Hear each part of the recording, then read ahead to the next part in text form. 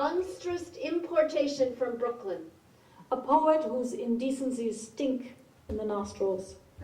Roots like a pig among the rotten garbage of lascivious thoughts. Iffy phallic audacity that insults what is most sacred and decent among men. Stenches from the sewer, garbage from the gutter, squeals from the sky. Peccatum illud horribile, inter Christianus non dominandum. Those are just my literary critics. Sticks and stones. There are those that would break my bones. The Secretary of the Interior, Harlan, finds this book in my desk at the Bureau of Indian Affairs, deduces that I wrote it, and fires me. Boston District Attorney Oliver Stevens, together with Massachusetts Attorney General Marston and the Society for the Suppression of Vice, inform me that if I publish The Leaves of Grass in Boston, they will have it declared obscene.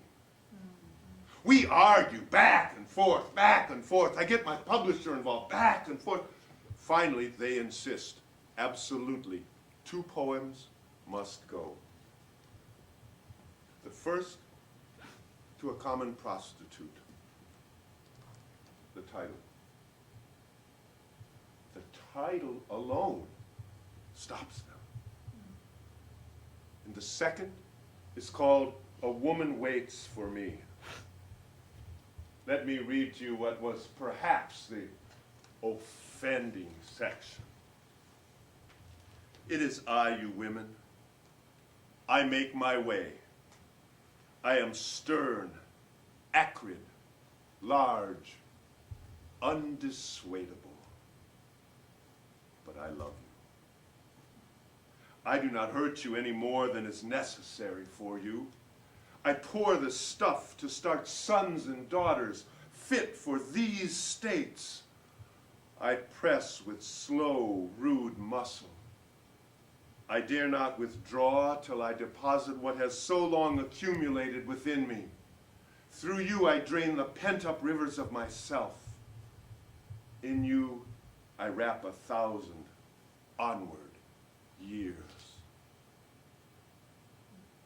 We avoid the censors by shipping the plates to the city of brotherly love, publishing there. Emerson warned me I am now officially banned in Boston. Meanwhile, Harvard Library has a copy of Leaves of Grass, and they have stamped it with 2 blue stars, taboo, and they keep it under lock and key, safely away from the students. Don't let them get to you. We will always have adversaries. Perhaps we're the better for it.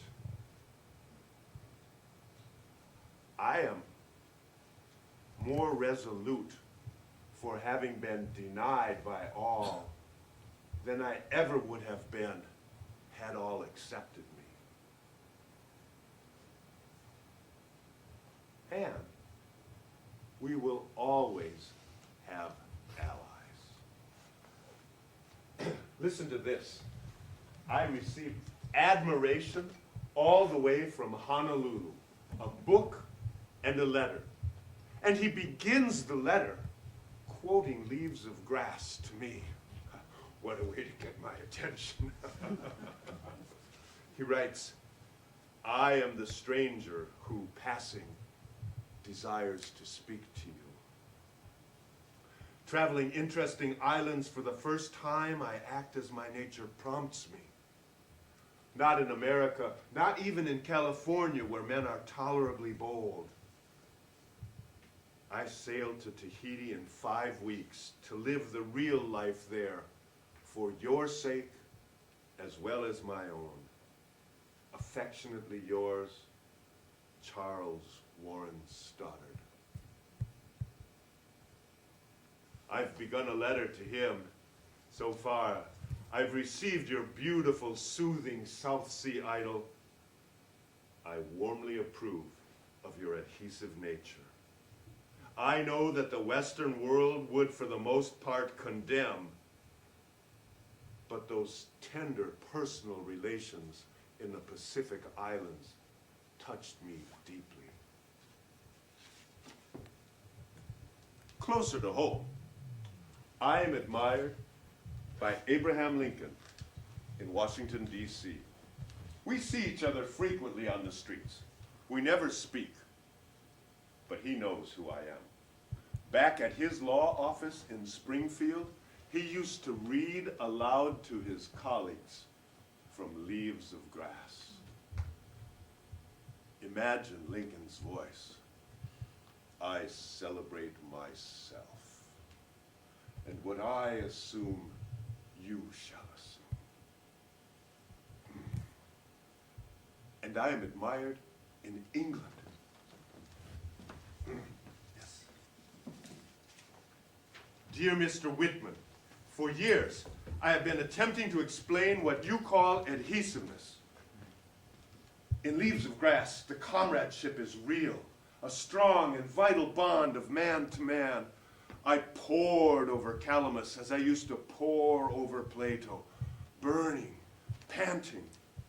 Tell me more about the love of man for man. John Addington Symonds. And he writes again, I might have been a mere English gentleman had I not read Leaves of Grass in time. It revolutionized, made me another man, a free man, made me love my brethren, seek them out with passion. Lovely letters, always writing, and he always asks, what does Calamus mean? He stands in the middle of the road and says, I will not move until you answer my question. Well, what do you think of that? Do you suppose that question could be answered? I mean, Symonds is right, no doubt, to ask the question, but I am just as much right if I do not answer it. And just as much right if I do answer it. I often say to myself about Calamus, perhaps it means more, or means less than I imagined. Means different. I mean, maybe I don't know all my own meanings. I say to myself, you too, go away, stranger, alien, come back, study your own book, see what it amounts to. Some point, I am going to have to answer him definitively about Calamus. Give him my word about what I meant, or mean it to mean.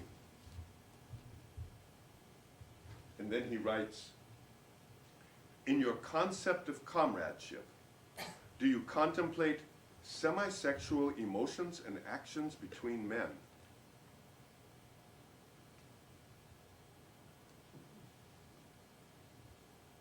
He's not moving.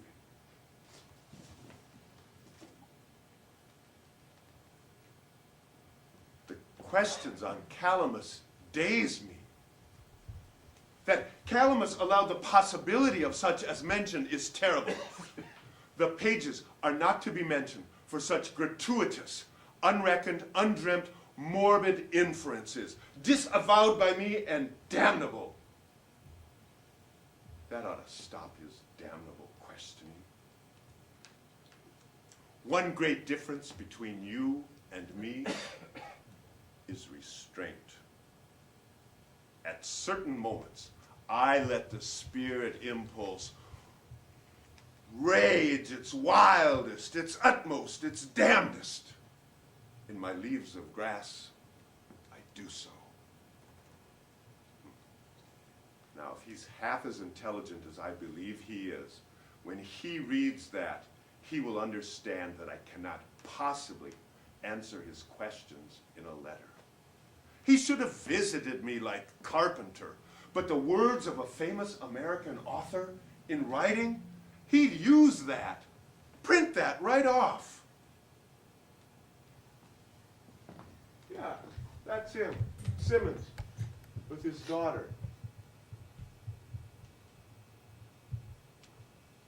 Here's a mask he should recognize.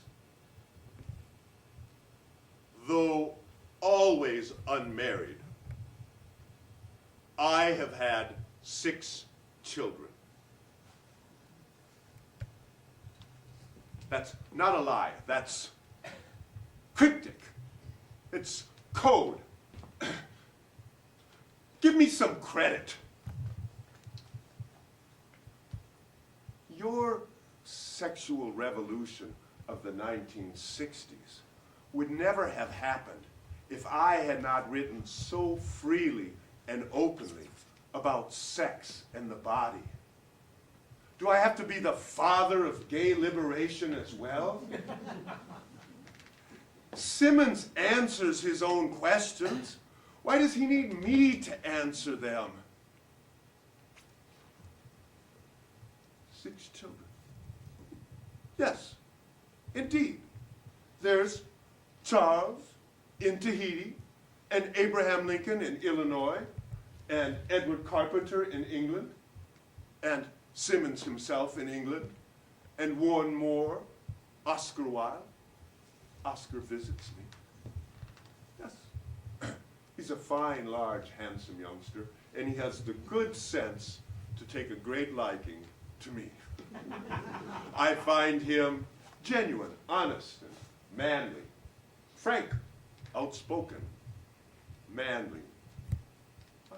And he writes, "My dear, dear Walt, before I leave America, I must see you again. There is no one in this wide, great world of America whom I love and admire so much. You are a factor in the heroic and spiritual evolution of the human being. The kiss of Walt Whitman is still on my lips. Oscar." I write for those who will in future ages understand me. So 6 children, that's 1 president, 4 writers. Oh, yes, and the 6th, a painter reading Leaves of Grass as he painted this.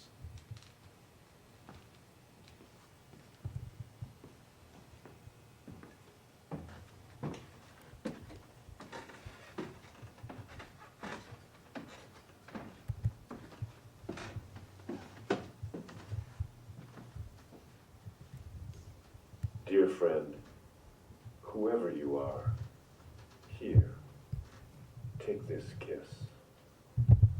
I give it especially to you. Do not forget me. I feel like one who has done his work. I progress on. The unknown sphere, more real than I dreamed, more direct, darts awakening rays about me.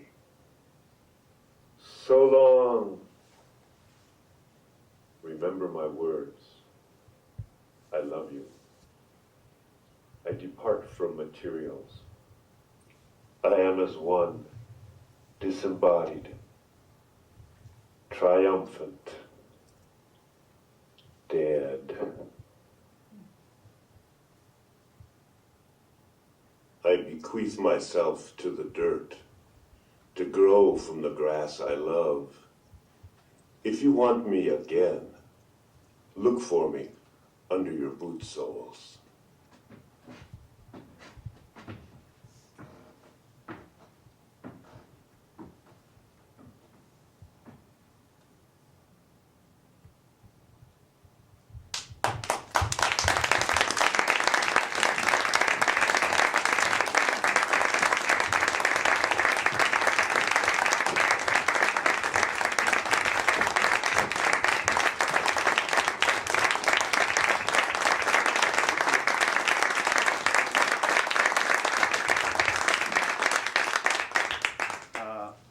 much to be grateful for, and particularly right now I'm grateful that you are here to see this, because this process tonight and last night was so important to me in figuring out just the last shape of this show.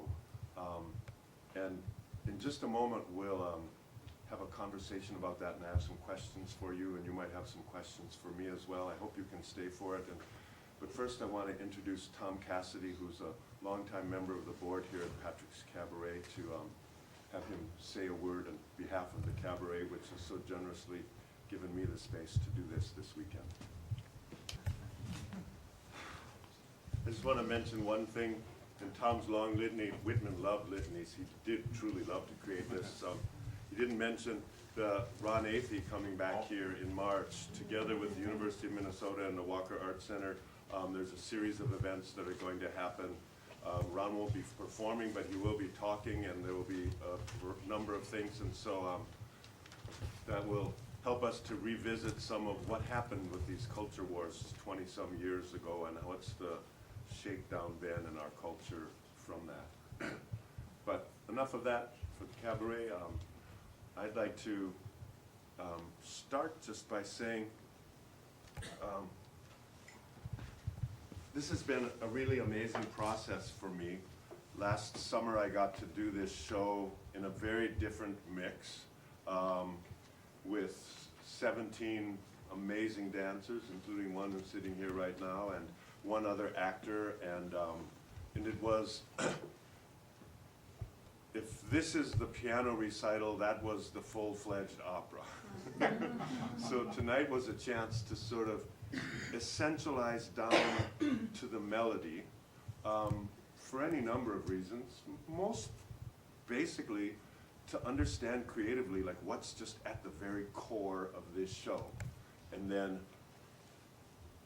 understanding that it'll allow me to then add layers back in, work with projection artists, be able to project the dances back in via the magic of, well, I have this memory of being like 17 at Disneyland, and I was in this haunted house, and the smoke coming out of a pipe organ turned into these scary faces. And that's the kind of projection of these dances that I'm hoping for, to not just to sort of recreate the live dance on, you can't do that. If you want to have live dance on stage, you just do it with live dance on stage. So I plan to, in the future, have a few different versions of this show. The full-scale extravaganza of last summer, the completely unplugged version that we did tonight, and then an in-between version that would use the projections to return the dance back in, because for me, those are my poems. That's my dance, my poem contribution in this. And I think this material is rich enough that I hope to perform it for as long as I continue to be able to walk on stage and grow it and shape it and reshape it. But I'm going to stop talking for a moment and just see, does anybody have a comment or a question or a thought or just anything at all that's sort of simmering inside of you that can bubble up out? Yeah. I didn't know what to expect when I came, and I didn't realize it was going to be so autobiographical. In the beginning parts where it felt like it was a lot about acceptance of gay relationships in modern culture. Mm-hmm. And that felt kind of tired to me. As you got more into the second half of things and it became, I don't know, I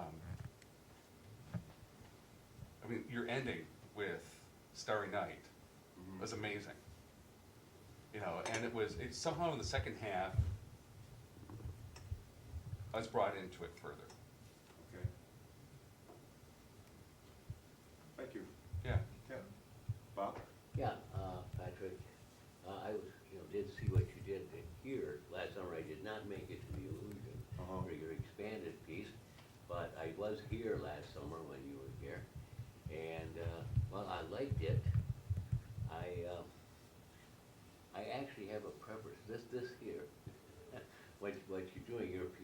recital format, as you Uh-huh. put it. This works so well for you, and I think because you're so good in this form when you're having a nice chat with the audience out there. Uh-huh. This is something I've watched you do things in the past, and you are so good at chatting with the audience. I think the audience was picking up on that too. You draw them in. When you use this kind of an intimate format, you know, you really, this allows you to really connect with the audience in the Walt Whitman persona. So yes, I liked it a lot is what I'm trying to say. Thanks, Bob. Mary? Yeah, I think this is related to his first comment. Uh-huh. The humor was so welcome in the second half that it made me aware that I would have liked some of that earlier, even though the first part is sort of setting up the situation, the Whitman history, his effort, and the things that were against him. Those moments of his own wit. I mean, when you say that about what, you know, Right. putting the Emerson on the spine and what people said about his own wit, that would That might help in the beginning. yeah, help in the beginning. Okay. Well, and going on what you were just saying too,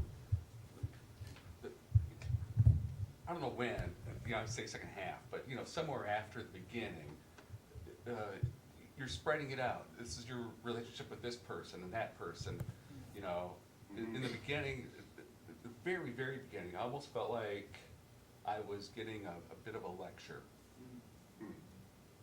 And I'm already sold, like you're talking to the choir. Okay. Philip? I think that addresses part of the question that I still had is, what's the conceit? What's the occasion that you are walking on stage and telling us this story? Is this your deathbed confession? Are you a tour guide in costume character? Are you Patrick? I know what you said, and I can sort of relate on it as a lecture, as a personal reminiscence. You know, a reference to the 1960s suddenly pops in to say, you know, where are we in this? But I couldn't quite tell. Are we looking at the ghost of Walt? Why did you walk on stage to tell us all this? Yeah. Well, I've wrestled with that question myself, and the closest I come to an answer is that it's what I would call an omniscient Whitman. And so it's Whitman, but he knows things that he could only have known even after his life, but he's still somehow here with us and comes back. But it's the reason that I'm here doing this is because I run into any number of well-educated, well-read, progressive people who say to me, really? Walt Whitman loved men? And it is astonishing to me the frequency with which that's happened. And it feels to me very much like the work of the people that just produced the movie about Alan Turing. We live in a society that works so hard to erase the sexuality of anybody that's not obviously heterosexual. Adam and Eve, or Joseph and Mary, or some, you know, known heterosexual entity that I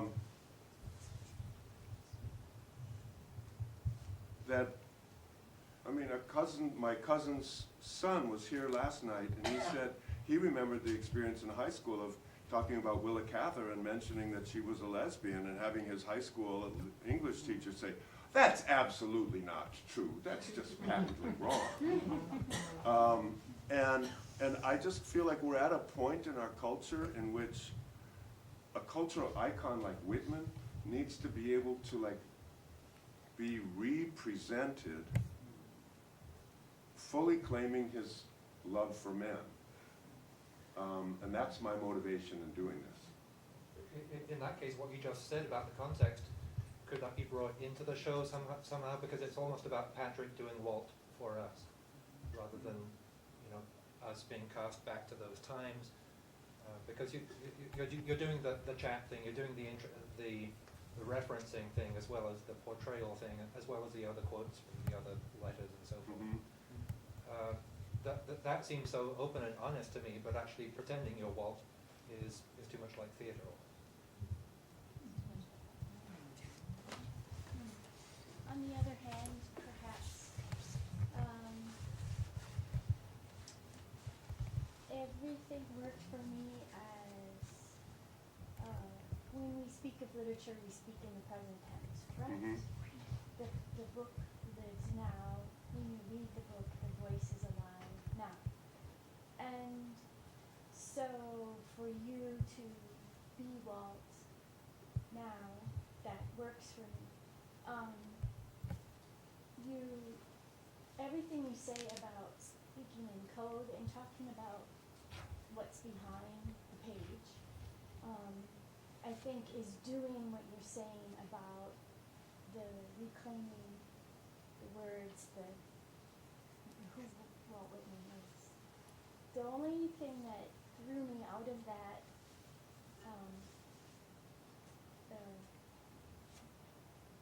state or atmosphere or suspension of disbelief, whatever you want to call it, is that reference to the 60s. That was the only time that I thought, well, that was odd. But everything else, because it fit within Walt Whitman's life timeline, that seemed to work. And it still all said enough, I think, to do your purpose of all of us who have been raised or trained to speak in code and yet yearn to be understood uncoded. I think I saw the show in July, and I think it was clearer than what the omniscient Whitman was, and I can't quite put my finger on what that was. But there was more kind of time travel where you talked about more history further back, and then more history in the last 100 years or not. But when you made the comment tonight, the line about the 1960s, it made me think, and then I thought, well, wait, he just asked the people in this room today if we knew who that painting was by. So you had already been connecting with me outside of his lifespan. And so I made that connection myself, but I think that the 60s line does kind of really stand on its own, because it seems like the only time that you reference something that's beyond his death. Right. And I think that there's less of your autobiography in this version Well, than actually, there was last time. last night when I did the show, a lot of people asked me afterward. I did it slightly differently, and there were like 4 or 5 times during the show when Patrick interrupted Walt and questioned him. And a bunch of people asked me last night whether that was really necessary. I mean, whether Whitman doesn't do enough sort of self-questioning, that could I just present Whitman doing his own sort of cross-examination. And so I rewrote those 4 mini scenes to do it this way tonight, where Patrick, as a theatrical element, wasn't there. In part because I'm also curious, because in this community, I can be Patrick and I'm kind of a known entity, but if I'm doing this show in Camden, New Jersey, where people have no reference for who Patrick is, or Patrick's Cabaret, or whatever, so it's a kind of wrestling and process that I'm engaged with to try to find out like how to make this show the most truthful and universal, clearest that I can.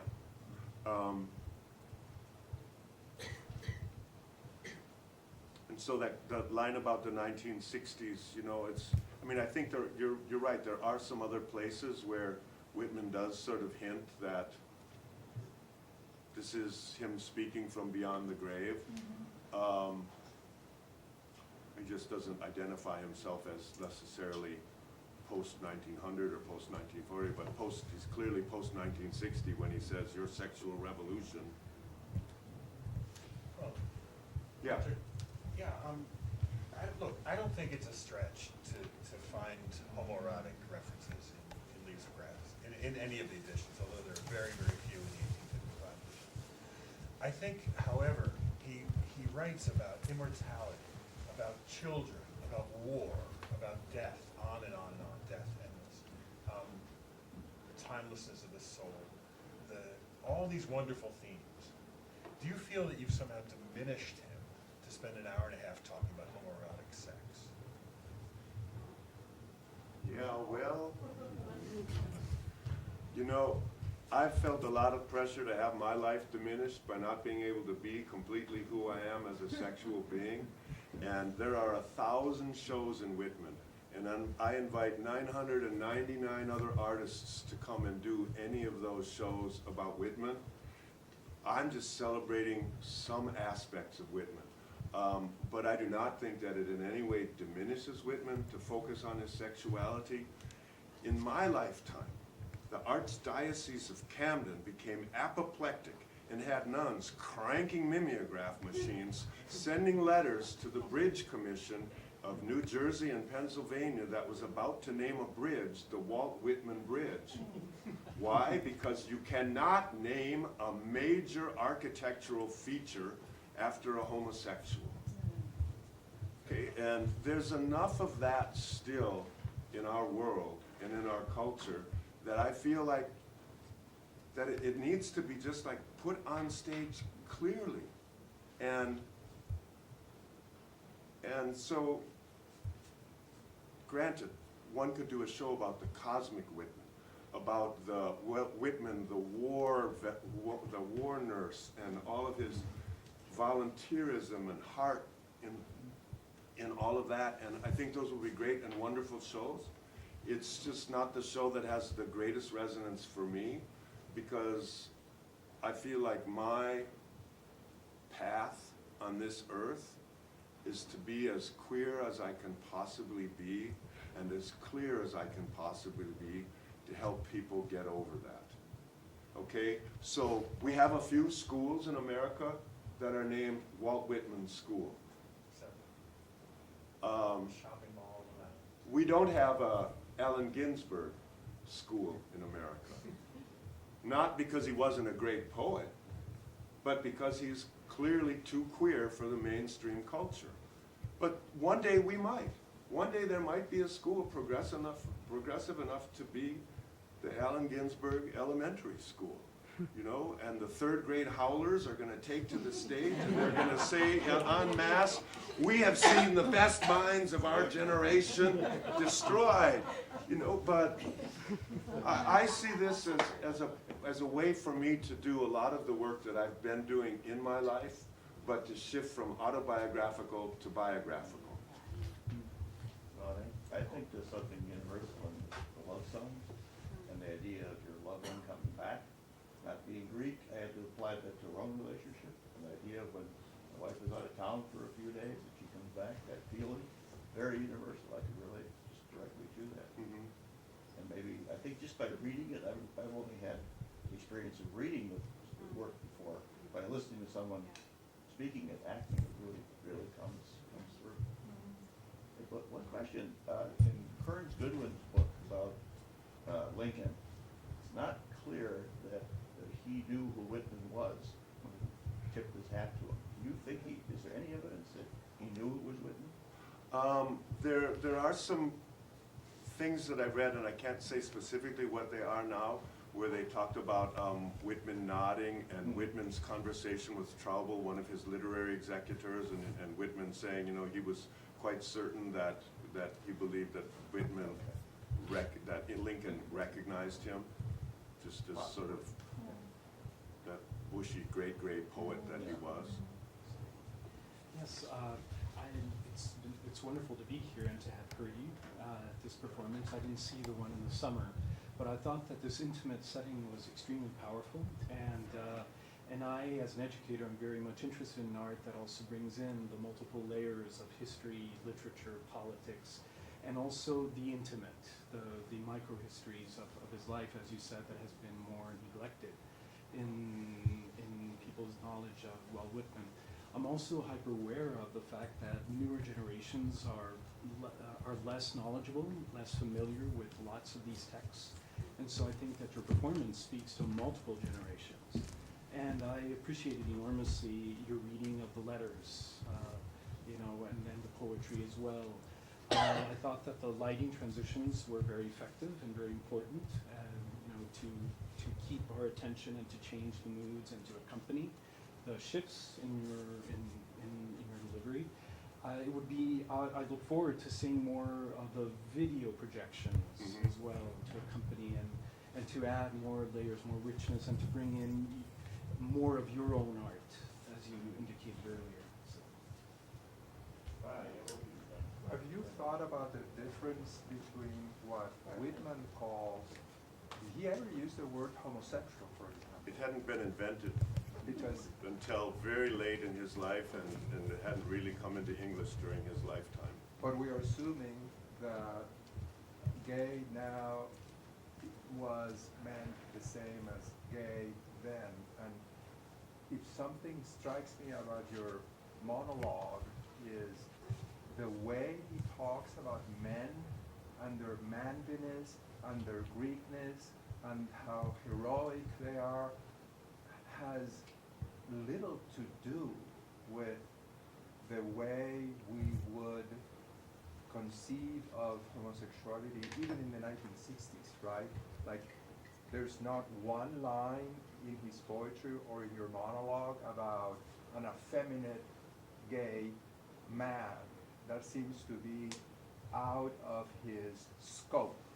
The comrade is manly, heroic, godlike, whatever.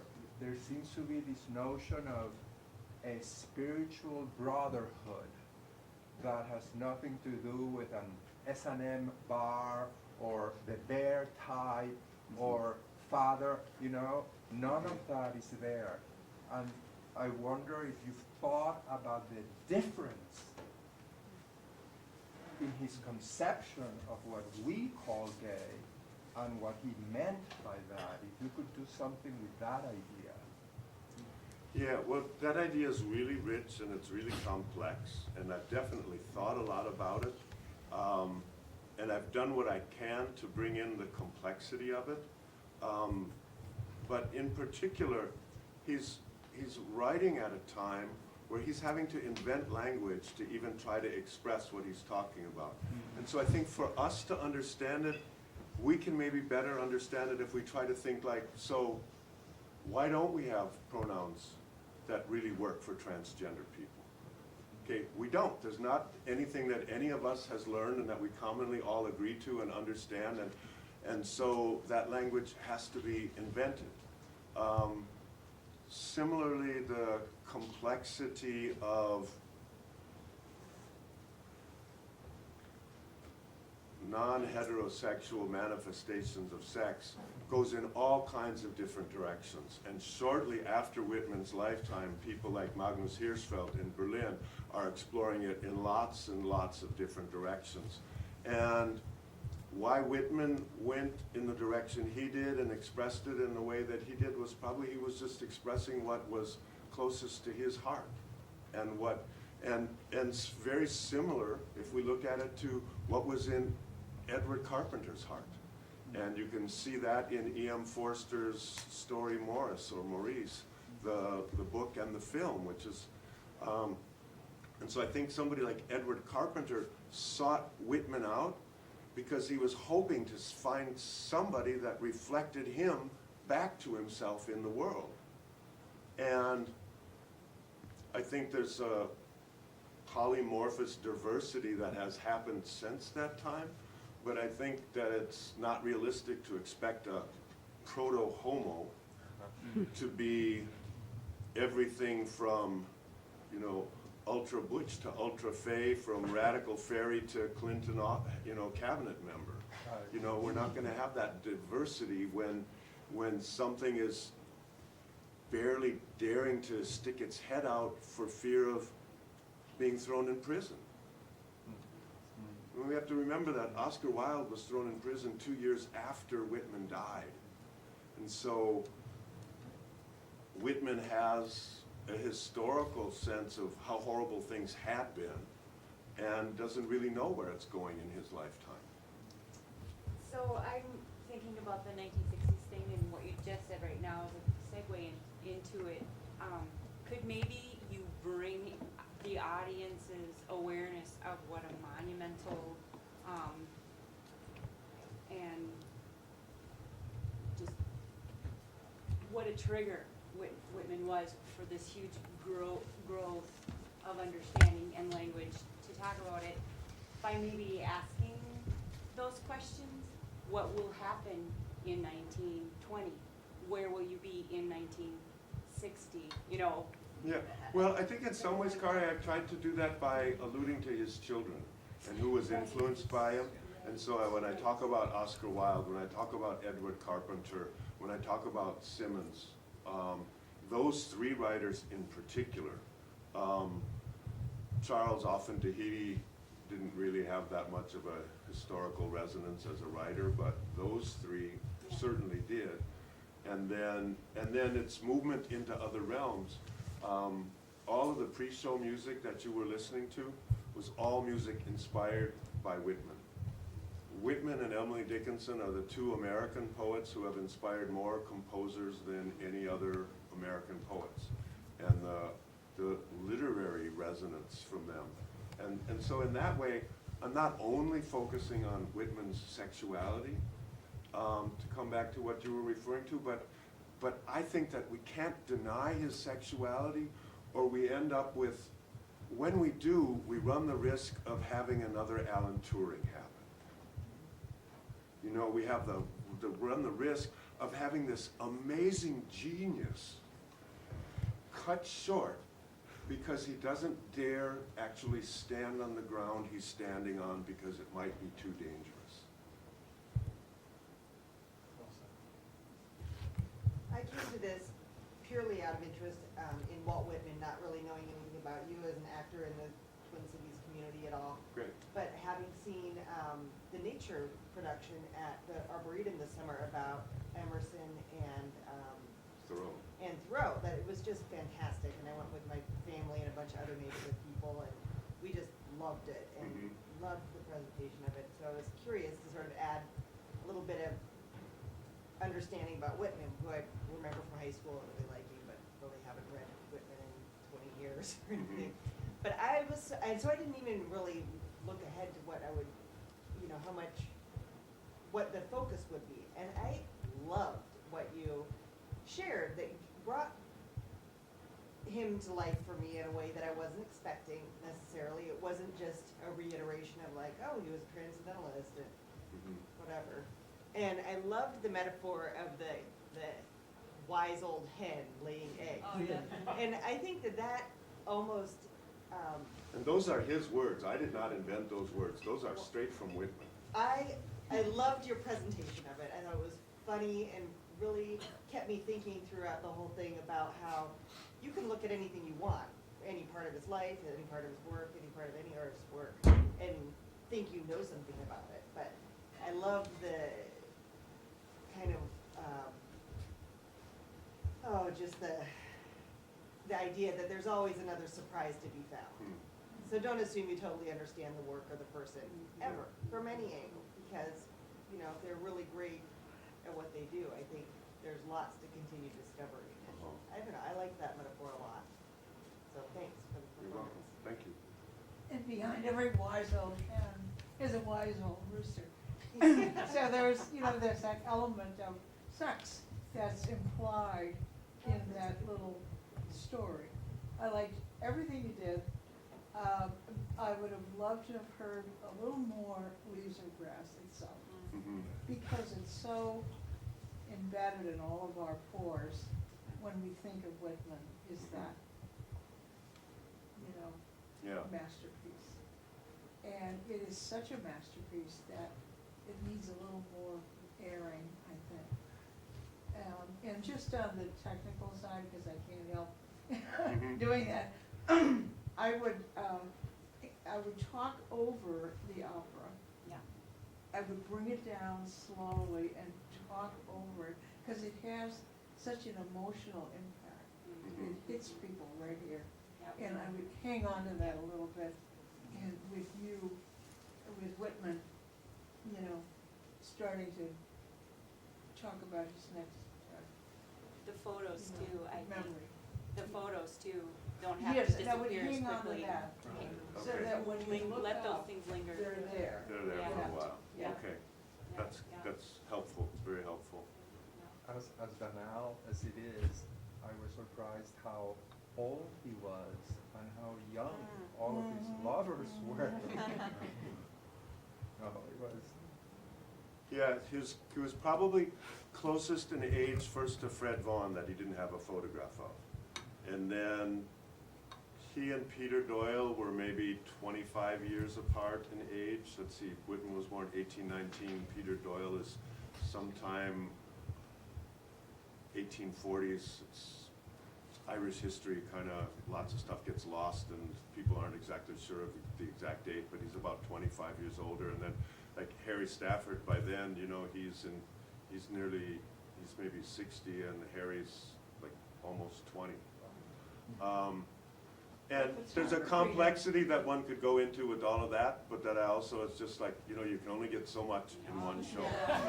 One thing that did come back to me though was there is some gender bending that Whitman does, like that 28 Bather poem, where he's then, as the author of the poem, imagining the 29th Bather being a woman, and then he, as that woman, is like slipping down to the pool and under the water and playing with these men's bodies. And then the interesting thing was I knew the Eakins painting before I knew this poem of Whitman's. But actually this poem of Whitman's inspired the Eakins painting.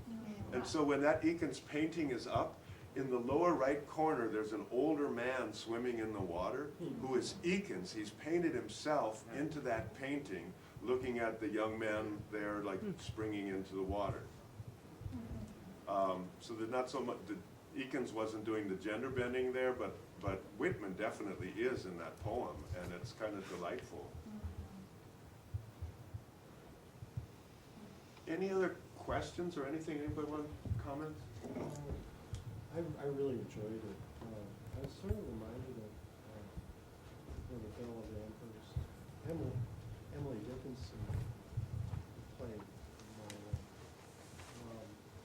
But I also was thinking, you gave us sort of the forthright Walt Whitman.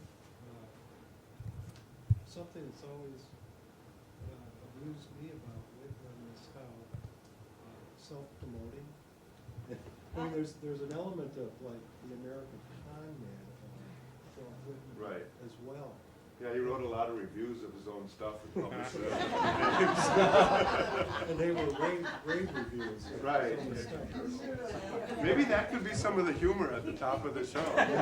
Oh my God, look what people have written about me. Oh, that was me. He also, went on stage and gave lectures. Like he gave a lecture a number of times about the death of the president. Right, he gave a lecture about Lincoln, which was based in part on the fact that his lover Peter had been in the theater when Lincoln was assassinated. Yeah. And then he wrote "Oh Captain, My Captain," which is one of his best-known poems, which he actually thought was like his worst poem ever. But he loved When Lilacs Last Bloomed, which he thought was a much more elegant approach to the same subject matter. But I just was thinking that I think Whitman was quite a showman himself. But there are lots of different Whitmans you could have picked. I mean, right. You picked a certain Whitman. Yeah, which is but maybe that Whitman showman, maybe there's something in that to help me with a little more levity at the top of the show. Yeah. Yeah. Sort of where he and Mark Twain kind of resonate with each other a little bit. Yes. I liked it a lot at the Illusion. I think I prefer it here, and there have been quite a few content changes or what you included. But I thought you really sparkled, perhaps because there is real wine in the bottle. When you'd have a drink and the music would go down a bit, you connected with a few direct questions to the audience that to me were almost electric. And I was thinking maybe there's a way to engage the audience at other points, perhaps reading a line of a poem you're pulling out, or asking more direct questions. Okay. Yeah. I just had a question when you brought up the questions. What would, I mean, I kind of wanted to answer when you asked the question, what would you have done if we did, or did you really, like, Oh, I would have, yeah. is that something because? So I could maybe find a way to encourage, give a little bit more permission to like, Yeah. well, how many of you think it was my fear? Oh, how many of you think it's my faulty memory? How many of you think it was my publisher? You know what? I'm a self-published man, so I can't blame it on him. Yeah.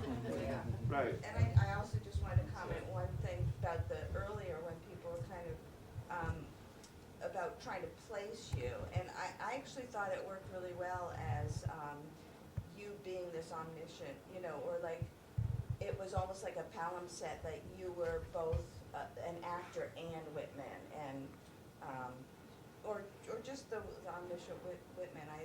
I don't know, I found myself able to kind of, that was what made it interesting. You were kind of time traveling in that way, that you could do all this because you were talking to us and kind of pulling it out of us, but then bringing to me a history I didn't know, and so pulling it all together for me that way. Yeah. I like the omniscient angle as well, and when you brought up that bridge thing, I mean, I could even see some little fourth wall stuff going where you go, what's this? You know, and you talk about this moment where the Catholic nuns are whipping these out mimeographs. You think it was hard then, you know? What do you think it was like for me when I was writing this stuff? Right. And then you're into. Oh, that's, yeah, that might be a way for Whitman to sort of from the very beginning share with everybody that like, hey, I am this omniscient thing, I know about these things that have happened, and I'm still here in the flesh somehow, some miracle has happened. Yeah, right, so we're in on it now. Yeah, okay. Is it a reference to Van Gogh's Rio? Pardon? The reference? That's true. He was actually reading Leaves of Grass as he painted that. Really? So there's nothing really in this show that I've totally fabricated. 50% of all of the words in the text come directly from Whitman, either one of his poems or from his various other things that are in the historical record. A third of the show is words that I added to make things all fit together, and then the other sixth is actual words of Emerson or Oscar Wilde or somebody else. So 2/3 of the text that's here is not mine, and a third of it is what I had to add to make it work theatrically. And it's been a really, I mean, I'm a dancer, so this was a really interesting stretch for me.